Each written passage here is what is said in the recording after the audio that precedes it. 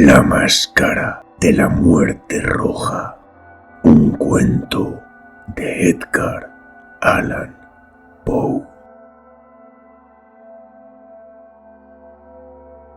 La muerte roja había devastado el país durante largo tiempo. Jamás una peste había sido tan fatal y tan espantosa. La sangre era encarnación y su sello. El rojo y el horror de la sangre. Comenzaba con agudos dolores, un vértigo repentino, y luego los poros sangraban y sobrevenía la muerte. Las manchas escarlata en el cuerpo y la cara de la víctima eran el bando de la peste, que la aislaba de toda ayuda y toda simpatía. La invasión, progreso y fin de la enfermedad se cumplían en media hora. Pero el príncipe próspero era feliz, intrépido y sagaz. Cuando sus dominios quedaron semidespoblados, llamó a su lado a 1000 caballeros y damas de su corte y se retiró con ellos al seguro encierro de una de sus abadías fortificadas. Era esta de amplia y magnífica construcción. Ya había sido creada por el excéntrico aunque majestuoso gusto del príncipe. Una sólida y altísima muralla la circundaba. Las puertas de la muralla eran de hierro. Una vez adentro, los cortesanos trajeron fraguas y pesados martillos y soldaron los cerrojos. Habían resuelto no dejar ninguna vía de ingreso o de salida a los súbitos impulsos de la desesperación o del frenesí. La abadía estaba ampliamente aprovisionada. Con precauciones semejantes, los cortesanos podían desafiar el contagio.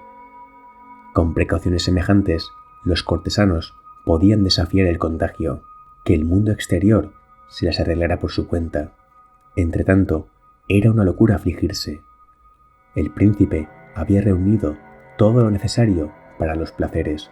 Había bufones, improvisadores, bailarines y músicos. Había hermosura y vino. Todo eso y la seguridad estaban del lado de adentro. Afuera estaba la muerte roja. Al cumplirse el 6º mes de su reclusión y cuando la peste hacía los más terribles estragos, el príncipe próspero ofreció a sus 1000 amigos un baile de máscaras de la más insólita magnificencia. Aquella mascarada era un cuadro voluptuoso, pero permitan que antes les describa los salones donde se celebraba. Eran 7, una serie imperial de estancias. En la mayoría de los palacios, la sucesión de salones forma una larga galería en línea recta, pues las dobles puertas se abren hasta adosarse en las paredes, permitiendo que la vista alcance la totalidad de la galería. Pero aquí se trataba de algo muy distinto, como cabía esperar del amor del príncipe por lo extraño. Las estancias se hallaban dispuestas con tal irregularidad que la visión no podía abarcar más de una a la vez. Cada 20 o 30 metros había un brusco recodo, y en cada uno nacía un nuevo efecto. A derecha e izquierda, en mitad de la pared, una alta y estrecha ventana gótica daba a un corredor cerrado que seguía el contorno de la serie de salones. Las ventanas tenían vitrales cuya coloración variaba con el tono dominante de la decoración del aposento. Si, por ejemplo, la cámara de la extremidad oriental tenía tapicerías azules, vívidamente azules eran sus ventanas. La segunda estancia ostentaba tapicerías y ornamentos purpúreos, y aquí los vitrales eran púrpura. La tercera era enteramente verde, y lo mismo los cristales. La cuarta había sido decorada e iluminada con un tono naranja, la quinta con blanco, la sexta con violeta. El 7º aposento aparecía completamente cubierto de colgaduras de terciopelo negro que abarcaban el techo y las paredes, cayendo en pliegues sobre una alfombra del mismo material y tonalidad. Pero en esta cámara el color de las ventanas no correspondía a la decoración. Los cristales eran escarlata, tenían un color de sangre.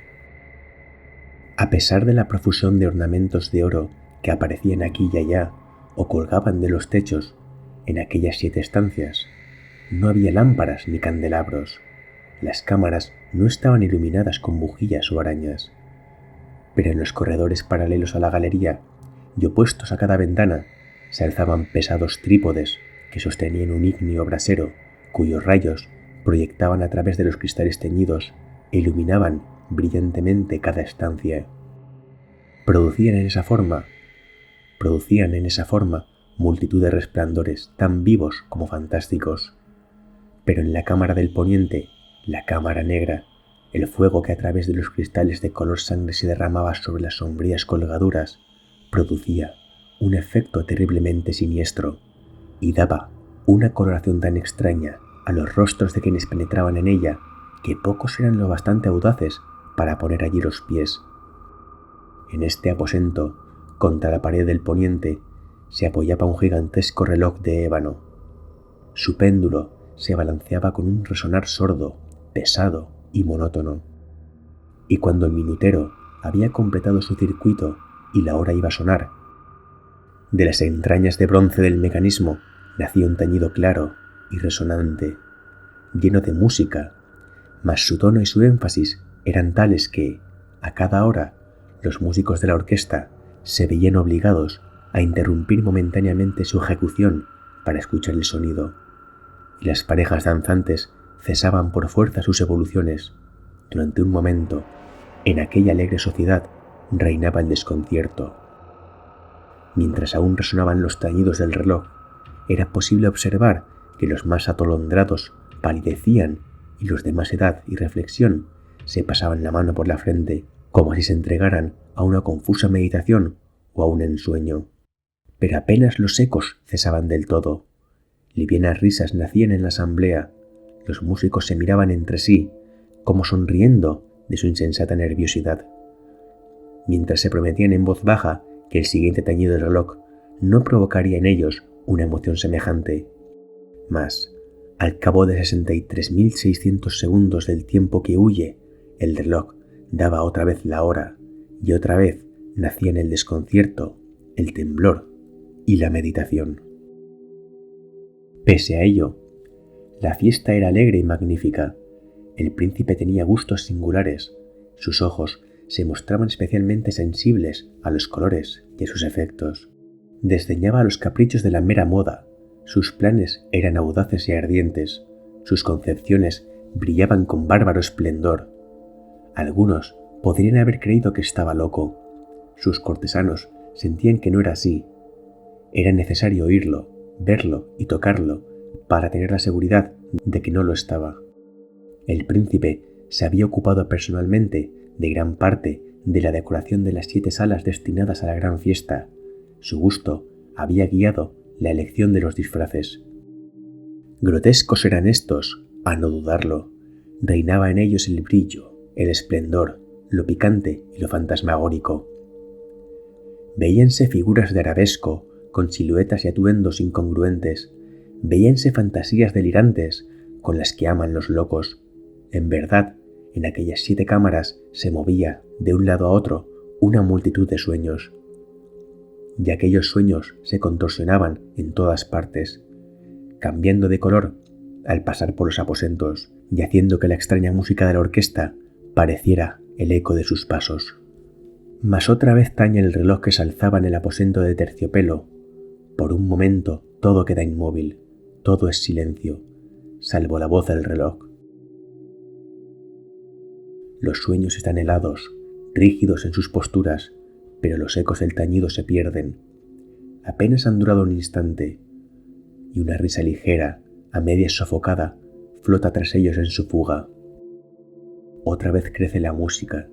Viven los sueños, contorsionándose al pasar por las ventanas, por las cuales irrumpen los rayos de los trípodes, mas en la cámara que da al oeste ninguna máscara se aventura, pues la noche avanza, y una luz más roja se filtra por los cristales de color de sangre.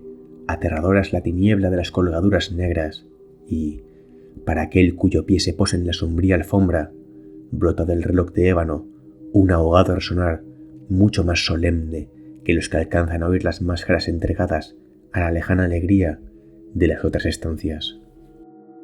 Congregábase densa multitud en estas últimas, donde, Afibradamente latía el corazón de la vida. Continuaba la fiesta en su torbellino hasta el momento en que comenzaron a oírse los tañidos del reloj anunciando la medianoche. Cayó entonces la música, como ya he dicho, y las evoluciones de los que bailaban se interrumpieron, y como antes, se produjo en todo una cesación angustiosa. Mas esta vez el reloj debía tañer 12 campanadas, y quizá por eso ocurrió que los pensamientos invadieron en mayor número las meditaciones de aquellos que reflexionaban entre la multitud entregada a la fiesta. Y quizá también por eso ocurrió que, antes de que los últimos ecos del carillón se hubieran hundido en el silencio, muchos de los concurrentes tuvieron tiempo para advertir la presencia de una figura enmascarada que hasta entonces no había llamado la atención de nadie, y, habiendo corrido en un susurro la noticia de que aquella nueva presencia, alzóse al final un rumor que expresaba desaprobación, sorpresa y, finalmente, espanto, horror y repugnancia. En una asamblea de fantasmas como la que acabo de describir, es de imaginar que una aparición ordinaria no hubiera provocado semejante conmoción. El desenfreno de aquella mascarada no tenía límites, pero la figura en cuestión lo ultrapasaba e iba incluso más allá de lo que el liberal criterio del príncipe toleraba. En el corazón de los más temerarios hay cuerdas que no pueden tocarse sin emoción. Aún el más relajado de los seres, para quien la vida y la muerte son igualmente un juego, sabe que hay cosas con las cuales no se puede jugar. Los concurrentes parecían sentir en lo más hondo que el traje y la apariencia del desconocido no revelaban ni ingenio ni decoro. Su figura alta y flaca estaba envuelta de la cabeza a los pies en una mortaja. La máscara que ocultaba el rostro se parecía de tal manera al semblante de un cadáver ya rígido, que el escrutinio más detallado se había visto en dificultades para descubrir el engaño. Cierto, aquella frenética concurrencia podía tolerar, si no aprobar, semejante disfraz, pero el enmascarado se había atrevido a asumir las apariencias de la muerte roja. Su mortaja estaba salpicada de sangre y su amplia frente, así como el rostro, aparecían manchados por el horror escarlata. Cuando los ojos del príncipe Próspero cayeron sobre la espectral imagen, que ahora, con un movimiento lento y solemne como para dar relieve a su papel, se paseaba entre los bailarines, convulsionóse en el primer momento con un estremecimiento de terror o de disgusto, pero inmediatamente su frente enrojeció de rabia. «¿Quién se atreve?», preguntó con voz ronca a los cortesanos que lo rodeaban. «¿Quién se atreve a insultarnos con esta burla blasfematoria? Apodérense de él y desenmascárenlo, para que sepamos a quién vamos a ahorcar al alba en las almenas». Al pronunciar estas palabras, el príncipe Próspero se hallaba en el aposento del este, el aposento azul. Sus acentos resonaron alta y claramente en las 7 estancias, pues el príncipe era hombre temerario y robusto, y la música acababa de cesar a una señal de su mano. Con un grupo de pálidos cortesanos a su lado, hallábase el príncipe en el aposento azul. Apenas hubo hablado, los presentes hicieron un movimiento en dirección al intruso, quien, en ese instante, se hallaba a su alcance y se acercaba al príncipe con paso sereno y cuidadoso.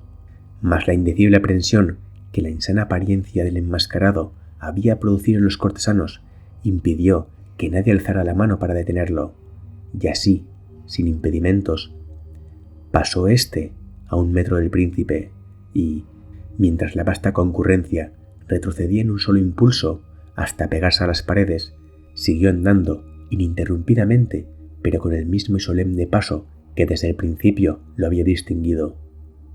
Y de la cámara azul pasó a la púrpura, de la púrpura a la verde, de la verde a la naranjada, de esta a la blanca, y de allí a la violeta, antes de que nadie se hubiera decidido a detenerlo.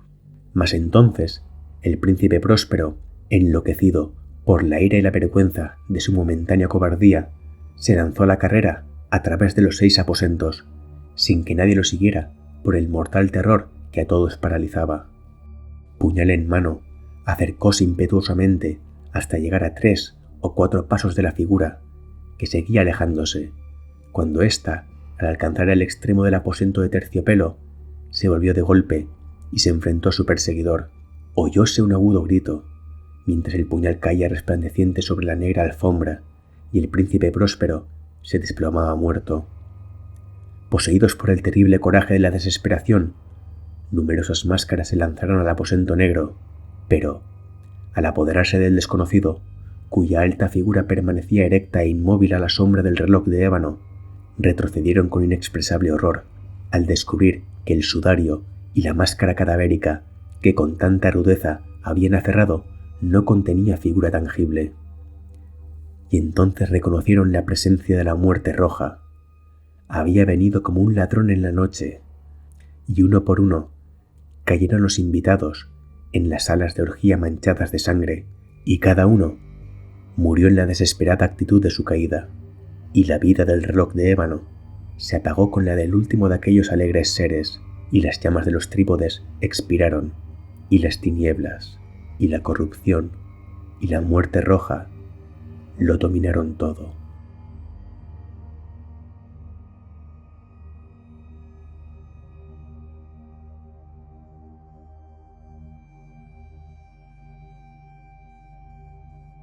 Imaginad una fría tarde de enero. La joven y hermosa Virginia Clem tocaba el piano en presencia de su marido, Edgar Allan Poe, cuando la sangre comenzó a brotar suave e imperceptiblemente de los labios de la joven, interrumpiendo la música y creando el silencio. Se había revelado uno de los primeros síntomas de su fatal enfermedad, la tuberculosis, que se apoderaría de Virginia durante 5 años hasta causarle la muerte. Edgar Allan Poe, maestro del relato corto y pionero del género gótico, nos ofrece en La máscara de la muerte roja una obra cargada de simbolismo y de una atmósfera perturbadora. Publicado por primera vez en 1842, pocos meses después de la aparición de los síntomas de la enfermedad de su mujer, este relato no solo es una joya literaria en sí misma, sino también un reflejo de las preocupaciones y obsesiones de su tiempo, así como las del propio Poe. La máscara de la muerte roja surgió en una época marcada por epidemias devastadoras como la peste bubónica y el cólera, que asolaban las ciudades y provocaban el temor colectivo. Poe, conocido por su habilidad para captar los miedos universales, utiliza una plaga imaginaria, la muerte roja, para encarnar la inevitabilidad de la muerte. La narrativa también refleja las desigualdades sociales de su tiempo, el intento del príncipe Próspero y su corte de aislarse del sufrimiento del mundo exterior es una crítica velada a la arrogancia de la clase alta y a su creencia en la inmunidad frente al destino que nos afecta a todos. El relato está impregnado de referencias literarias y filosóficas. La descripción de la plaga recuerda las crónicas medievales sobre la peste negra, mientras que la mansión, con habitaciones de colores, puede interpretarse como una versión retorcida de la alegoría de las etapas de la vida. Inspirada en textos como La Divina Comedia de Dante, la habitación negra y roja con el reloj de ébano es un poderoso símbolo de la muerte y el paso inexorable del tiempo, elementos recurrentes en la obra de Poe. El estilo visual y teatral de la historia también evoca las mascaradas europeas, eventos llenos de opulencia y misterio. Estas celebraciones, sin embargo, se tornan en una danza macabra en el relato, donde los disfraces no pueden ocultar la vulnerabilidad humana. Este cuento no solo es una exploración de la mortalidad, sino también una meditación sobre la fragilidad de las construcciones humanas frente a las fuerzas inexorables de la naturaleza y el destino. Su impacto ha trascendido en la literatura, influyendo en el cine, el teatro y las artes visuales. La inquietante imagen de la figura enmascarada que trae consigo la muerte ha sido reinterpretada en innumerables formas, consolidando su lugar en la cultura popular. Con La máscara de la muerte roja, Edgar Allan Poe, no solo nos invita a contemplar el horror de lo desconocido, sino también a reflexionar sobre nuestra propia humanidad y la forma en que enfrentamos nuestra inevitable mortalidad. Es un recordatorio de que, por más que tratemos de protegernos con muros de lujo y poder, la muerte siempre encuentra el camino hacia nosotros, subrayando la igualdad fundamental de todos ante el destino final. Hasta aquí el relato de esta noche. No me puedo ir sin recordaros que, si queréis que narre algún relato, cuento o poema de algún escritor de vuestro gusto, o si por el contrario queréis que narre algún relato o cuento vuestro, no dudéis de escribirme un correo electrónico a relatornoctambulo@gmail.com. No olvidéis que abajo, en la bola de cristal, tenéis el link a mi canal de iVoox. Darle vuestro apoyo, ya que así podré traer más relatos al canal. Me despido. Que tengan una feliz velada antes de que llegue la muerte roja por vosotros. Os mando un saludo desde Relator Noctámbulo.